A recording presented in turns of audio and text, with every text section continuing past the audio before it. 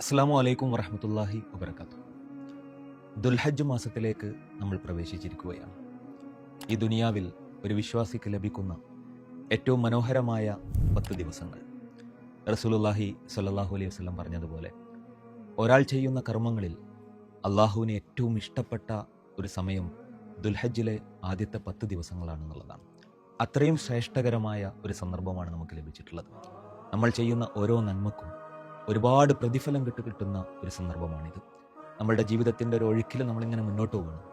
ആ മുന്നോട്ട് പോകുന്ന സമയത്ത് നമ്മളുടെ സാധാരണ ഒരു ദിവസത്തെ പോലെ ഒരിക്കലും ഈ ദുൽഹജ്ജിലെ ഈ സമയത്തെ കടന്നു പോകാൻ അനുവദിക്കരുത്. കാരണം പടച്ചോൻ നമുക്കായി തരുന്ന അസുലഭമായൊരു സന്ദർഭമാണ്. നമ്മുടെയൊക്കെ ജീവിതത്തിൽ പടച്ചോനെ ഇങ്ങനെ ചില സമയങ്ങൾ തരാറുണ്ടല്ലോ. നമ്മളുടെ ഒരു ഒഴുക്കിൽ നമ്മളിങ്ങനെ പോകുമ്പോൾ ഇടയ്ക്ക് പടച്ചോൻ നമ്മളെ ഇങ്ങനെ ചേർത്ത് പിടിച്ച് ചില അവസരങ്ങൾ നമുക്ക് തരും.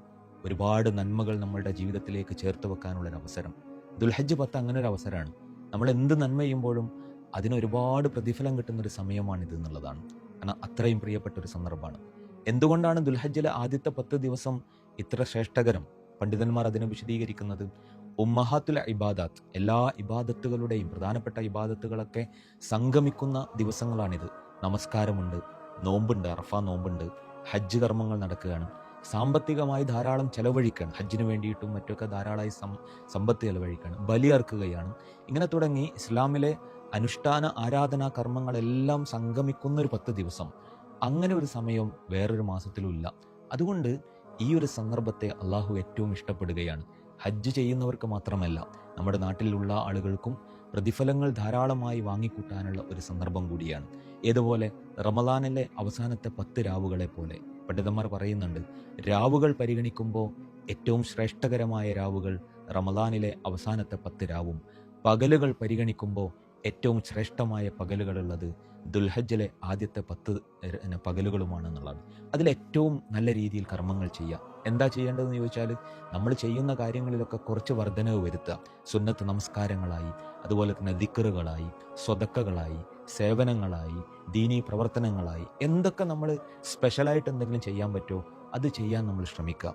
കാരണം പടച്ചോൻ നമുക്കൊരു അവസരം തന്നിട്ട് അതിനൊരു പ്രത്യേകത നമ്മൾ കാണുന്നില്ലെങ്കിൽ, അല്ലെങ്കിൽ അതിനെ പ്രത്യേകമായി നമ്മൾ പരിഗണിക്കുന്നില്ലെങ്കിൽ, നമ്മൾ അള്ളാഹുവെ അവഗണിക്കുന്നതിന് തുല്യമായിട്ടത് മാറും. കാരണം അള്ളാഹ് നമ്മുടെയൊക്കെ ജീവിതത്തിൽ ഒരു അവസരം പ്രത്യേകം തരുമ്പോൾ അതിനെ പരിഗണിക്കുക എന്നുള്ളതാണല്ലോ നമ്മൾ ഓരോരുത്തരും ചെയ്യേണ്ടത്.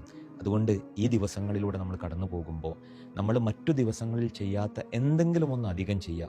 ഒരു 10 ദിക്റെങ്കിലും അധികം നമ്മൾ ചൊല്ലുക, ഒരു 10 സ്വലാത്തുകളെങ്കിലും ചൊല്ലാം, ഒരു സുന്നത്ത് നോമ്പെങ്കിലും അധികരിപ്പിക്കുക, ഒരു സുന്നത്ത് നമസ്കാരങ്ങളും കൂട്ടുക, കുറച്ച് കൂടുതൽ എന്തെങ്കിലും സ്വതക്ക ചെയ്യുക, അല്ലെങ്കിൽ നമ്മൾക്ക് ആരെങ്കിലും സഹായിക്കാൻ പറ്റുമെങ്കിൽ ആ രൂപത്തിൽ സഹായിക്കുക. അങ്ങനെ ഏതെങ്കിലും ഒരു നന്മ, അള്ളാഹുവിന് ഇഷ്ടപ്പെട്ട ഏതെങ്കിലും ഒരു പ്രവർത്തനം ഈ ദിവസങ്ങളിൽ ഓരോന്നിലും വർദ്ധിപ്പിക്കാൻ നമ്മൾ പ്രത്യേകം ശ്രമിക്കുക.